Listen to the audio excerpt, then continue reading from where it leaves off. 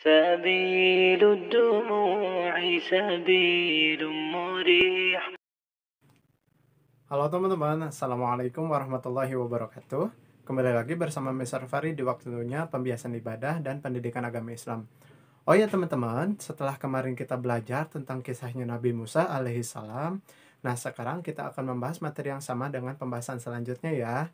Tetapi untuk kelancaran kita ketika kita melaksanakan pembelajaran dan untuk keberkahan sehingga ilmu yang kita dapatkan bisa kita amalkan dalam kehidupan kita sehari-hari, maka yuk kita sebelum belajar berdoa dulu kepada Allah Subhanahu wa taala agar kita diberikan kemudahan oleh Allah dalam menuntut ilmu dan diberikan kelancaran.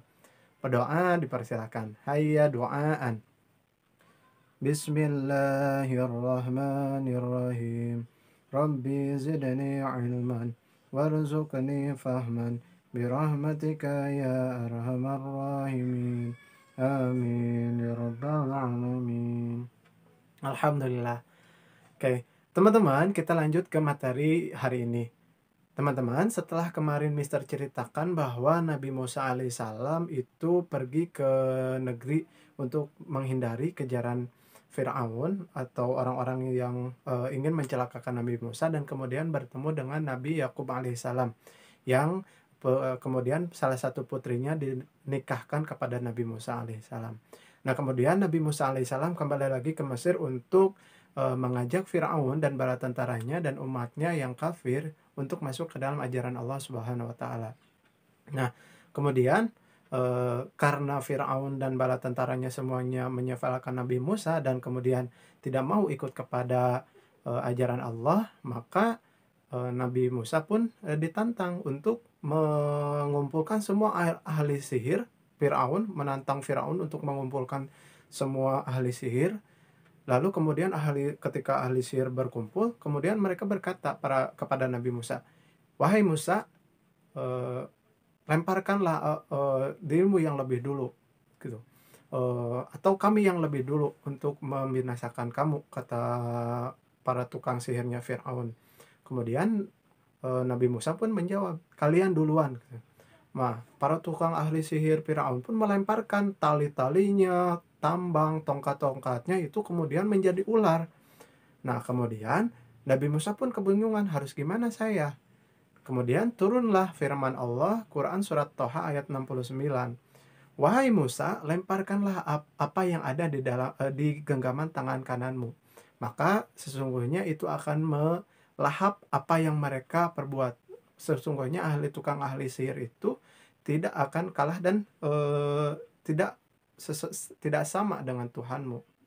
Yang kemudian Nabi Musa pun melemparkan tongkatnya dan kemudian menjadi ular besar yang melingkar, kemudian memakan semuanya ular-ular kecil yang dilemparkan oleh ahli sihir Fir'aun.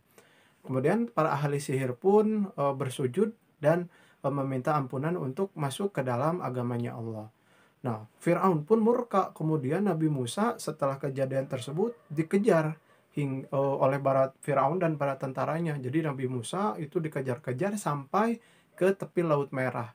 Nabi Musa kebingungan, tidak ada lagi jalan. Di depan ada laut, di belakang ada bala tentara Fir'aun yang mengejar. Maka Allah Subhanahu wa taala berfirman, menyuruh kepada Nabi Musa, "Wahai Musa, pukulkanlah tongkatmu kepada laut tersebut." Nabi Musa pun bingung. Kemudian tanpa ragu beliau memukulkan tongkatnya ke laut tersebut dan laut tersebut membelah menjadikan jalan.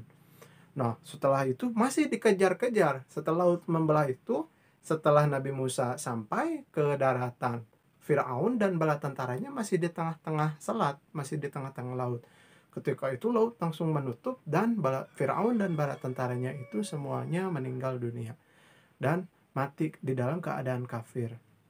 Nah, teman-teman, dari kisah ini kita bisa lihat bahwa orang-orang yang beriman dan bertakwa kepada Allah akan selalu diselamatkan oleh Allah Subhanahu wa taala, dan yang kafir adalah kebalikannya, akan mengalami kecelakaan dan kemalangan yang sangat tragis.